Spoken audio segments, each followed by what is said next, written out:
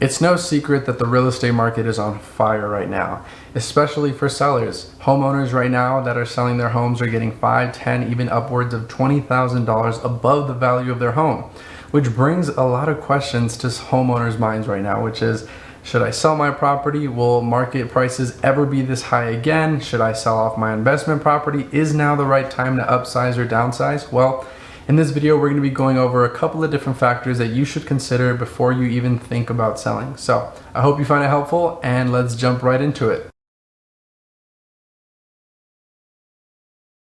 So one of the first things to consider when thinking about selling your home are the current market conditions.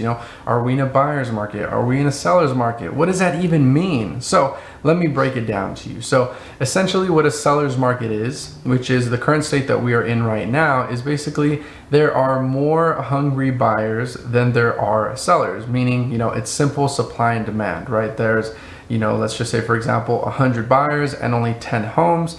Those homes are going to be very, very competitive to try and win, which is good news for the seller because you are going to get more and more attractive offers that you probably normally wouldn't get in, let's say, like a buyer's market where there's tons and tons of buyers and tons of inventory, and a buyer has 4 or 5 options to choose from, which aren't really going to be too competitive. So it gives them the advantage. Right now, we are not seeing that. Obviously, homes are very scarce, and the nice ones that are priced right are flying off the shelves. So in terms of market conditions, I do think it is the right time to sell. I have had so many people who own multiple properties begin to sell off some of their inventory just because they worry that they might not ever get as much as they could get in this current market. So in terms of strictly market conditions, I definitely think it is the perfect time to sell your home just because home values are at an all-time high, but there's obviously more factors that go into selling a home, and we're about to get into them.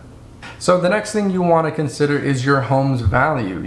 How much did you pay for the home? How long have you had it? And what is the current value, right? For homeowners that have had their homes for a few years now, you might be able to cash in on some big profits like many of my clients are doing, especially the clients that bought, 5, 10 years ago and are now ready to upgrade or downsize. They are cashing out big. I have heard countless stories and seen them myself in person where people bought their homes, years back for, let's just say, 160, and now those homes are going for 220. And that's just one example. So if you're curious as to what your home might be worth and you're in the El Paso market, be sure to let me know, and I can definitely make a home value report for you where essentially I look at your property and I look at the similar surrounding properties to see what they're selling for. So if we see that properties very similar to yours are selling for $250,000, then we know that's a good indicator that you could probably get the same or more for your property. Now, when we look at a home's value, let's just say the home value is $200,000. There's still a very likely chance that you can get, $220,000 or even more in some cases for your home. And keep in mind, even if you list at, $200,000 or $210,000, it really doesn't matter because at the end of the day, whatever offers you get, you still have the option to say yes or no, right? So just because you get an offer below what you're looking for, you don't have to take it. And if you do come across a chance where you say, hey, look, I will sell, but at the right price, right? And you go to market with that price and someone wants to buy it, then great, there you go. And if all you get is, lowball offers, which aren't really hitting the number that you want to see, then you don't have to take it and you can just hold on to it. So Ken, if I actually decided to sell my home, what would I profit? Well, that's where net sheets come into play, and I would highly recommend that you have a net sheet done on your property before you even think about selling, because this is going to give you the knowledge and power you need to know exactly, hey, if I sold my property at this amount, and this amount, this is what I would get. This way it puts you in a position where you already know what your bottom line is going to be, and if you do decide to sell, you know how much is actually going to end up in your pocket after you pay all of the fees and your existing mortgage off.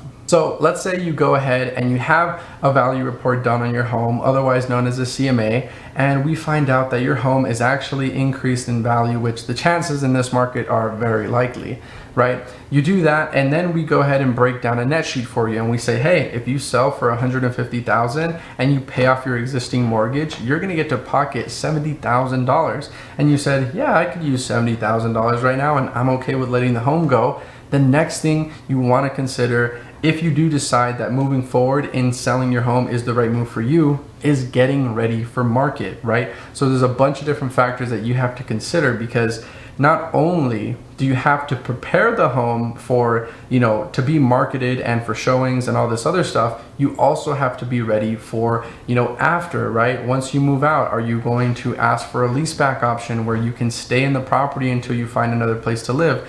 Do you plan on buying another home? Do you plan on renting for a while? Do you plan on going on a vacation? There's so many clients that are just living in, Airbnbs or VRBOs and just chilling out for the time until they decide what they want to do, whether they want to rent, whether they want to travel, or, whatever their next move is. So these are all factors that you definitely want to consider before you move forward, right?